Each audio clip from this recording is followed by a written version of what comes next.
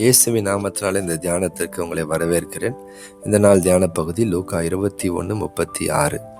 ஆகையால் இனி சம்பவிக்க போகிற இவைகளுக்கெல்லாம் நீங்கள் தப்பி மனுஷகுமாரனுக்கு முன்பாக நிற்க பாத்திரவான்களாக எண்ணப்படுவதற்கு எப்பொழுதும் ஜெபம் பண்ணி விழித்திருங்கள் என்றார். நம்ம எப்படிப்பட்ட காலகட்டத்தில் இப்போ வாழ்ந்துட்டு இருக்கிறோம் பாருங்க. ஈரானுடைய யுத்தம் நடைபெற்று கொண்டிருக்கிறது. எசேக்கியேல் தீர்க்க தரிசன புத்தகத்தின் காரியங்கள் நிறைவேறுவதற்கு நேராக அவைகள் போய் கொண்டிருக்கிறது. இந்த அதிகாரத்திலையும் ஆண்டவர் அவருடைய வருகையை குறித்து பேசுகிறார். எப்படியாய் யுத்தங்கள் இருக்கும், எப்படியாய் பூமி அதிர்ச்சிகள் இருக்கும், எப்படிப்பட்ட காரியங்கள் சம்பவிக்கும் என்று சொல்லி எல்லாவற்றையும் எச்சரிப்பாய் சொல்லிவிட்டு சொல்றாரு, இவைகளுக்கு எல்லாம் நீங்கள் தப்பி மனுஷகுமாரனுக்கு முன்பாக, அந்த நியாயாதிபதிக்கு முன்பாக நிற்க தகுதியுள்ளவர்களாய் எண்ணப்படுவதற்கு எப்பொழுதும் விழித்திருந்து ஜெபம் பண்ணுங்கள். இன்னொரு வாரத்தில் சொல்லணும் அப்படின்னா, நம்முடைய கவனம் எப்பொழுதும் இதன் மேலே இருக்க வேண்டும் என்று சொல்லி இயேசு கிறிஸ்து விரும்புகிறார். பாருங்க, பிசாசு இன்னைக்கு என்ன செய்யறான் அப்படின்னா, பிரதான நோக்கம் நம்ம வருகையில எடுத்துக்கொள்ளப்பட வேண்டும், நம்ம தகுதியுள்ளவர்களாய் மாற வேண்டும், நம்ம பரிசுத்தமுள்ளவர்களாய் மாற வேண்டும், அந்த புத்தியுள்ள 5 கன்னிகைகளைப் போல மாற வேண்டும். இதுதான் நம்முடைய கவனம். அப்போ எவ்வளவு ஜாக்கிரதையா இருக்கணும் இல்லை? அந்த 5 கன்னிகைகள் எவ்வளோ அவங்க ஜாக்கிரதையாக இருந்திருப்பாங்க அப்படின்னா, எல்லாவற்றையும் தேவையான எண்ணெயை எடுத்துகிட்டு போனாங்க, ஆயத்தமாக இருந்தாங்க. அதற்கு நம்ம நேராக நம்ம நடந்து போக வேண்டும். ஆனால் பிசாசு நிறைய நேரத்தில் என்ன பண்ணுறான் தெரியுமா? நம்ம லைஃப்பில் சின்ன சின்ன காரியங்கள் மேலே நம்முடைய கவனத்தை திருப்புகிறான்.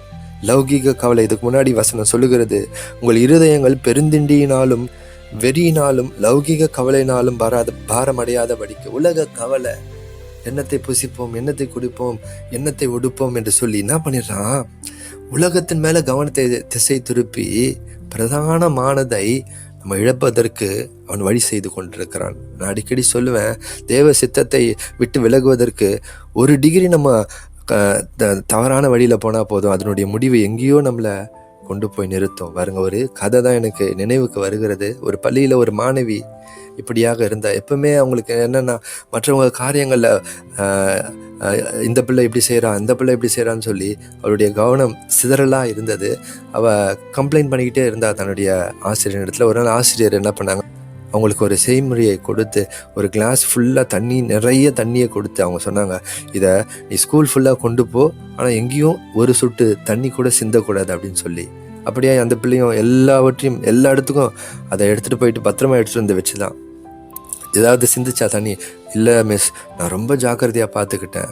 உடனே அந்த ஆசிரியர் கேட்டாங்களாம், இப்போது நீ அடிக்கடி சொல்லுவியே உங்கள் ஃப்ரெண்டுங்களை குறிச்செல்லாம் சின்ன சின்ன காரியங்களை குறையா பார்ப்பிய, அது ஏதாவது நீ பார்த்தியா அப்படின்னா. இல்லை மிஸ், என் கவனம் முழுவதும் இந்த தண்ணியின் மேலே சிந்தக்கூடாதுன்னு இருந்தபடினால அது எதுவுமே நான் கவனிக்கலை. அப்படிதாங்க நம்ம லைஃப்லேயும் நம்முடைய கவனம், பிரதான நோக்கம் ஏசப்பாவுக்கு முன்னாடி நான் போய் நிற்கணும், நான் தகுதியாக நிற்கணும், நான் பரிசுத்தமாக நிற்கணும். அவர் வரப்போகிறாரு. யுத்தங்களை கேள்விப்பட்டு இருக்கிறோம். இதோ ஈரானில் யுத்தங்கள் நடைபெற்று கொண்டிருக்கிறது. எருசலேமினுடைய ஆலயத்தின் காரியங்கள் எல்லாம் ரெடி ஆயிடுச்சு. இதோ அவருடைய வருகை சமீபமாக இருக்கிறது. இதோ அவர் வாசலில் நிற்கிறார் என்று சொல்லி அந்த பிரதான காரியத்தின் மேலே நம்முடைய நம்பிக்கையை வைப்போம். ஆனால் சின்ன சின்ன காரியங்களை குறித்து நம்ம கவலைப்பட மாட்டோம்.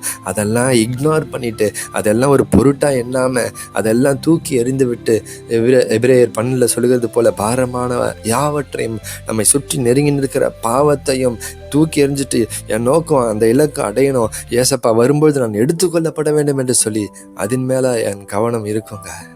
அதன் மேலே மாத்திரம்தாங்க நம்ம கவனம் இருக்கணும். அதுக்காக தாங்க நம்ம பிரயாசப்படணும். அதை நம்ம முழுமையாய் நம்ம இருதயத்தின் தரிசனமாய் வைக்கும் பொழுது மற்ற எல்லாத்தையும் நம்ம சர்வ சாதாரணமாய் கடந்து நம்ம அவருடைய வருகையில் அவரோடு கூட ஆகாயத்தில் எடுத்துக்கொள்ளப்படுவோம். நம்ம என்றென்றைக்கும் அவரோடு கூட அரசாள்வோம். நம்மை அரசால் அழைத்திருக்கிறார். ஆகையினால அந்த பெரிய நோக்கத்துக்காக வாழ்கிற நம்முடைய கவனம் எல்லாம் அதன் மேலவே இருக்கட்டுங்க. நம்முடைய கண்கள் எல்லாம் அதன் மேலவே இருக்கட்டும். இந்த காலை வேளையில் இதை நாம் சிந்திப்போம். Are you ready to meet your Lord? நம்முடைய தேவனாகிய கர்த்தரை சந்திக்க ஆயத்தமா? கர்த்தர் தாமே உங்களோடு இருப்பாராக. God bless you. Amen, amen.